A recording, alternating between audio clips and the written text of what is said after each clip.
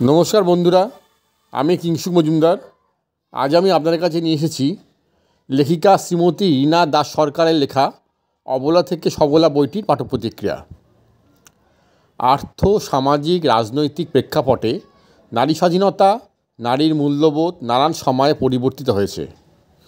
নারী স্বাধীনতা ও নারীর মূল্যবোধের সমীকরণ স্থান কাল পাত্রভেদে ভিন্ন ভিন্ন রূপরেখা পেয়েছে।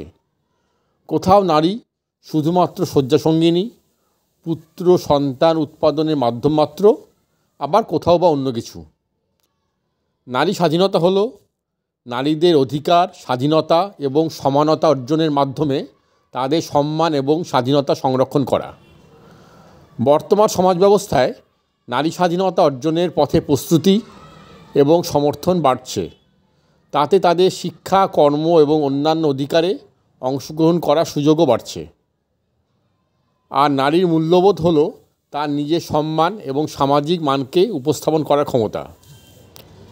লেখিকা বিভিন্ন দৃষ্টিকোণ থেকে নারী স্বাধীনতার ক্রমবর্ধমান বিকাশের উপর আলোকপাত করেছেন। অনেক ঘটনার অনুষঙ্গে মূল সমস্যাটির গভীরে যেতে চেয়েছেন। আজ এই 21 শতকেও কি চিন্তাধারা পরিবর্তন ঘটেছে, না আমরা অবচেতন মনে সেই পুরনো বস্তাপচা মূল্যবোধকেই এগিয়ে নিয়ে চলেছি, অনেকটা যেন ওল্ড ওয়াইন ইন নিউ বটলের মতো।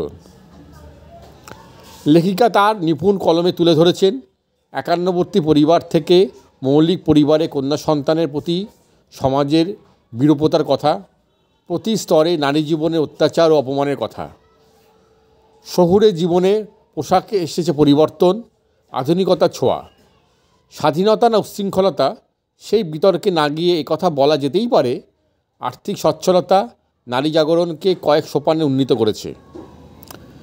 ভারতবর্ষে প্রায় 700 জনগোষ্ঠীর মধ্যে নারী স্বাধীনতা বিভিন্ন রকম। নারী সচেতনতাকে নিয়ন্ত্রণ করে এই আর্থিক সচ্ছলতা, সঙ্গে শিক্ষার আলো। লেখিকা একদম সঠিকভাবে উল্লেখ করেছেন 19 শতকে নারী শিক্ষার নবজাগরণের কথা। ওই সময়ই মেয়েদের প্রাতিষ্ঠানিক শিক্ষার সূত্রপাত ঘটে। লেখিকা সুচিন্তন ও বিশ্লেষণধর্মী বক্তব্যে উঠে এসেছে সারোগেট মাদারের কথা, ধর্মে নারী অবস্থানের কথা। লেখিকা প্রাচীন মহাভারতের যুগ থেকে শুরু করে একদম ইদানিং সময়ে এই বিরাট সময়ব্যাপী নারীদের সামাজিক অবস্থানকে চিত্রিত করেছেন তার লেখনীতে। নারীদের সচেতনতাই আনতে পারে নারী মুক্তি, কিন্তু এই তথাকথিত নারী মুক্তির ব্যাপ্তি কতটা, সে সম্পর্কে কি নারীদের যথেষ্ট ধারণা আছে? লেখিকা নারীর বন্ধন মুক্তির কথা বলেছেন, অধিকারের কথা বলেছেন। পুরুষের সাথে একই স্তরে আনতে চেয়েছেন মনুষ্যত্বের আদর্শকে। এই উত্তরণের পথ দুর্গম, কিন্তু পথের শেষে আছে এক বিরাট সম্ভাবনার উজ্জ্বল দীপশিখা। বিয়ে কোনো অনিচ্ছার যৌনচার নয়, দুটি মানুষের শ্রদ্ধা ভালোবাসার মিলন। লেখিকা শ্রীমতী রীনা দাস সরকারের বিশাল পরিশ্রম ও রিসার্চের ফল এই তথ্যভিত্তিক ও বিশ্লেষণধর্মী এই বইটি নারী স্বাধীনতা, নারী সচেতনতা ও নারী মুক্তির এক নির্ভরযোগ্য দলিল।